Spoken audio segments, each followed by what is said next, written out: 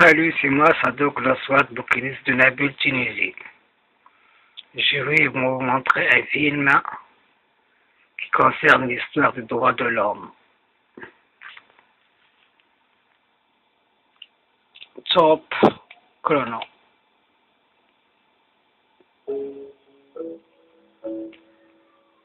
Les droits de l'homme, c'est quoi?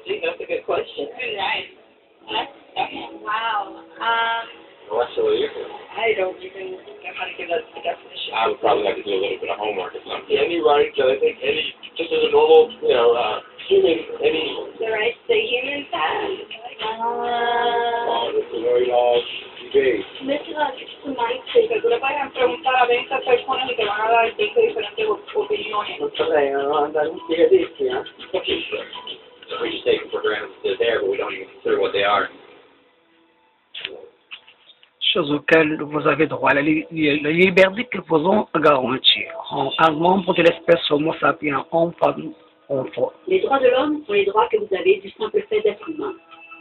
C'est la façon dont vous pouvez instinctivement vous attendre à être traité et les droits que vous méritez en tant que personne, tels que le droit de vivre librement, de donner votre opinion et d'être traité en tant qu'égal. Il existe toutes sortes de droits. La plupart s'appliquent à un certain groupe. Mais seuls les droits de l'homme s'appliquent absolument à tous et partout. C'est-à-dire aux enfants, personnes âgées, pauvres, basketteurs, éboueurs, rappeurs, enseignants, africains, indiens, albanais, chrétiens, musulmans, juifs, athées, votre mère, votre père et votre voisin de palier, et vous-même. Tous ont les mêmes droits. En d'autres mots, ils sont universels. Mais la question est de savoir, que sont-ils? Name the human rights? What the human rights are? The right to live, equality between all people. Right to religion, the right to... There's supposed to be a list somewhere I should be aware of? D'après les Nations Unies, on en compte 30. Ils sont le plus souvent présentés en bloc sous la dénomination les droits de l'homme. Ils figurent tous dans la Déclaration universelle des droits de l'homme, laquelle est le document international de référence sur le sujet. Mais cette déclaration s'est fait beaucoup attendre. À l'origine, les droits de l'homme n'existaient pas. Au sein d'un bon groupe, vous étiez en sécurité. Dans un tel groupe, vous ne l'étiez pas. Mais c'est alors qu'un gars du nom de Cyrus le Grand innova. Après avoir conquis la ville de Babylone, il déclara quelque chose de totalement révolutionnaire, que tous les esclaves étaient libres de rentrer chez eux. Il a aussi annoncé que les gens pouvaient être libres de choisir leur propre religion, quel que soit le milieu d'où ils venaient. Ces paroles furent enregistrées sur des tablettes en argile, connues sous le nom de cylindre de Cyrus. C'est ainsi que naquirent les droits de l'homme. L'idée s'est vite propagée, en Grèce, en Inde, et finalement à Rome. Ils avaient remarqué que les gens suivaient instinctivement certaines lois. Ils les ont appelées les lois naturelles. Cependant, elles n'étaient pas toujours respectées par ceux qui étaient au pouvoir. Ce n'est que 1000 ans plus tard, en Angleterre, qu'ils ont finalement amené le roi à accepter que ces droits ne pouvaient pas être supprimés, pas même par un roi. Les droits des gens finirent par être reconnus et respectés par ceux qui étaient au pouvoir. En fait, c'est beaucoup dire. Les Anglais, au caractère plutôt radical, ont dû déclarer leur indépendance avant que le roi comprenne pour de bon que tous les hommes étaient nés égaux.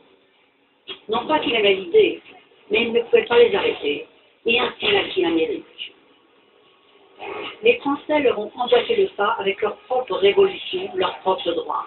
La liste était plus longue, et ils insistèrent sur le fait que ces droits n'étaient pas juste une invention, mais qu'ils étaient naturels. Le concept romain de loi naturelle était devenu les droits naturels. Malheureusement, tout le monde n'était pas si enthousiaste. En France, un général du nom de Napoléon a renversé la nouvelle démocratie française. Il se couronna lui-même empereur du monde, et il a failli réussir. Mais la coalition des pays européens a fini par prendre le dessus. Les droits de l'homme sont devenus soudain une priorité. Des accords internationaux ont été rédigés pour garantir beaucoup de droits en Europe. Mais ça ne se limitait qu'à l'Europe. Ces droits ne semblaient pas légitimes dans d'autres parties du monde qui étaient envahies, conquises et brûlées pour développer les vastes empires de l'Europe. C'est alors qu'un jeune homme de loi de l'Inde décida de protester. Il s'appelait Mahatma Gandhi. Et malgré la violence, il insista pour que tous les peuples de la terre aient des droits, et pas seulement en Europe. Même les Européens ont fini par être d'accord. Mais ça n'allait pas être aussi facile que cela. Deux guerres mondiales étaient passées. Hitler a exterminé la moitié de la population juive dans les camps nazis, d'épouvante et de mort. En tout, 90 millions de gens sont morts. Les droits de l'homme n'avaient jamais contrôlé l'extinction. Mais jamais le monde n'avait eu autant besoin d'un revirement. C'est ainsi que les nations de la Terre ont formé une alliance, les Nations Unies. Leur but premier était de réaffirmer la confiance dans les droits fondamentaux des hommes, dans la dignité et dans la valeur de la personne humaine. Mais qu'étaient ces droits de l'homme? Les proclamations de Cyrus, les lois naturelles de Rome, les déclarations de la France? Chacun semblait avoir une idée légèrement différente de ce que les droits de l'homme devraient être. Mais sous la supervision d'Eleanor Roosevelt, tous se sont enfin mis d'accord sur un ensemble de droits pour tous. La Déclaration universelle des droits de l'homme. Le concept des droits naturels en France s'est transformé en droits de l'homme. Donc pour résumer, au début, seuls quelques privilégiés avaient des droits. Puis un jour, un gars s'est dit que d'autres devraient en avoir aussi, ce qui était génial. Sauf que tout le monde n'était pas d'accord. Et c'est au prix de luttes et de guerres au cours de plusieurs millénaires que chacun finit par accepter que les droits de l'homme devraient s'appliquer à tous. Depuis lors, les gens ont vécu des jours heureux.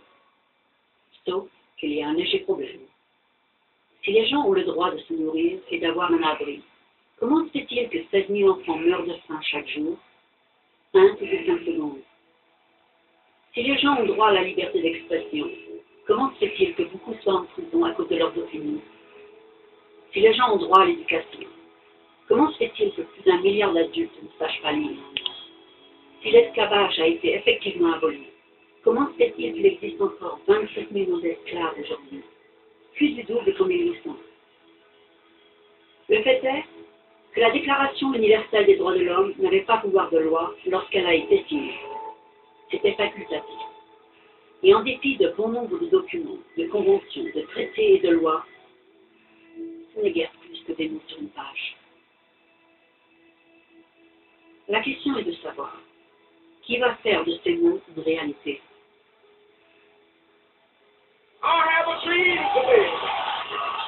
Quand Martin Luther King protestait pour l'égalité des races, il le faisait pour des droits garantis par les Nations Unies depuis 2 décennies. Et pourtant, il a dû protester. Quand Nelson Mandela défendait la justice sociale dans les années 90, son pays avait déjà accepté 40 ans plus tôt d'abolir la discrimination raciale. Et pourtant, il a dû combattre. Ceux qui luttent de nos jours contre la torture, la pauvreté, la discrimination, ne sont pas des géants ou des super-héros.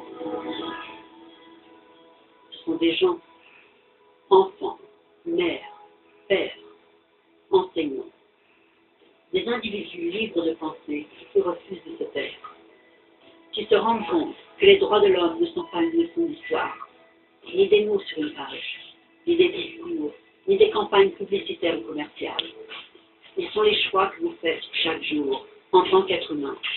Ils sont la part de responsabilité que nous partageons tous, se respecter mutuellement, s'entraider et protéger ceux qui sont dans le besoin. Comme Eleanor Roosevelt l'a dit, où est-ce que les droits universels de l'homme commencent? Dans des endroits tout près de chez vous.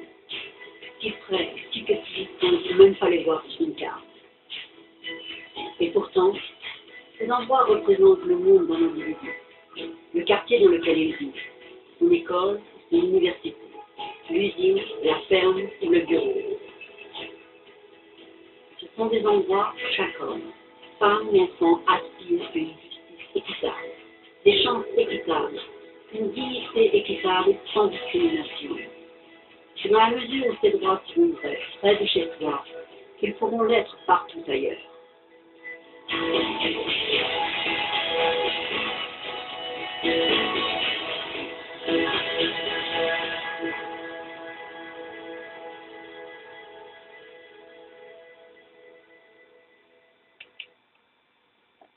Merci. Voilà l'histoire de l'homme.